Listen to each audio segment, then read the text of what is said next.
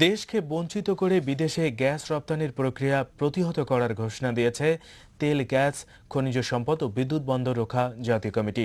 একই সঙ্গে চুক্তি স্বাক্ষরিত হলে তাৎক্ষণিক হরতাল কর্মসূচি দেওয়ার কথাও জানান তারা। ইঞ্জিনিয়ার্স ইনস্টিটিউট মিলনায়তনে জাতীয় কনভেনশনে কমিটির নেতারা এই ঘোষণা দেন। বিস্তারিত জানাচ্ছেন রিশান নাসরুল্লাহ। তেল, গ্যাস, কয়লা রপ্তানি নিষিদ্ধ ও মডেল পিএসসি বাতিল সহ নানা দাবিতে আয়োজিত এই কনভেনশনে বক্তারা বলেন, এই আন্দোলন কোনো সরকার বা গোষ্ঠীর বিরুদ্ধে নয়। এই আন্দোলন দেশকে জনগণের কাছে ফিরিয়ে দেওয়ার আন্দোলন। আমরা 3 মাসের মধ্যেই কিছু করে ফেলবো। আমরা অবশ্যই তাদের চক্রান্ত সফল হতে দেব না। ভাগতলের গ্যাস ব্লক যাবে না।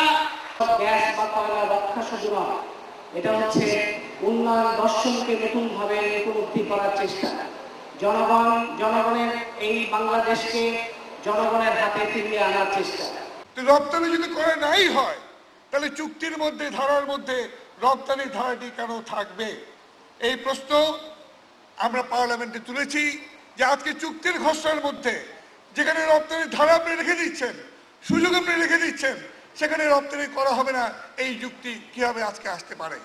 সরকার প্রমাণ করুক যে জাতীয় সম্পদ কয়লা এবং গ্যাস এবং সি বিচের বালু, এই জাতীয় সম্পদ কখনো কোনো বিদেশির হাতে তুলে দেওয়া হবে না, বাংলাদেশ সরকারের উদ্যোগেও রপ্তানি হবে না।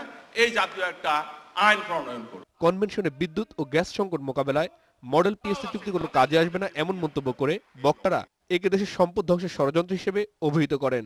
বাংলাদেশের জনগণের সম্পদ জনগণের কর্তৃত্বে রাখার জন্য, শতভাগ মালিকানায় রাখার জন্য এবং প্রতিটি ঘরে ঘরে বিদ্যুৎ, প্রতিটি শিল্প কারখানার বিকাশ, কৃষির বিকাশ, ব্যবসা বাণিজ্যের বিকাশের জন্য, এই বিদ্যুৎ উৎপাদনের জন্য আমরা তেল, গ্যাস, কয়লা কোনোভাবেই রপ্তানি করতে দেব না।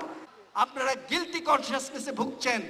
প্রকাশ্যে আপনারা বলতে পারছেন না যে আমরা রপ্তানি করতে চাই, বলতে পারছেন বঙ্গবন্ধুর প্রতিশ্রুতিতে, বঙ্গবন্ধু কন্যার প্রতিশ্রুতিতে আপনারা অটুট আছেন, কিন্তু অপ্রকাশ্যে এমন চুক্তি করছেন যাতে রপ্তানি অনিবার্য হয়ে যাবে। বিদেশি তেল গ্যাস কোম্পানির সাথে চুক্তি স্বাক্ষরের সাথে সাথে হরতাল, জেলা উপজেলার প্রতিবাদ ও বিক্ষোভ সমাবেশ, টেকনাফ থেকে তেতুলিয়া পর্যন্ত মানববন্ধন ছাড়াও ঢাকায় মহাসমাবেশ সহ 3 মাসের কর্মসূচি হাতে নিয়েছে তেল, গ্যাস, বিদ্যুৎ বন্দর রক্ষা জাতীয় কমিটি। গ্যাস রপ্তানির সুযোগ না রেখে অবিলম্বে একটি আইন জাতীয় সংসদে পাশ করারও দাবি তুলেছেন তারা।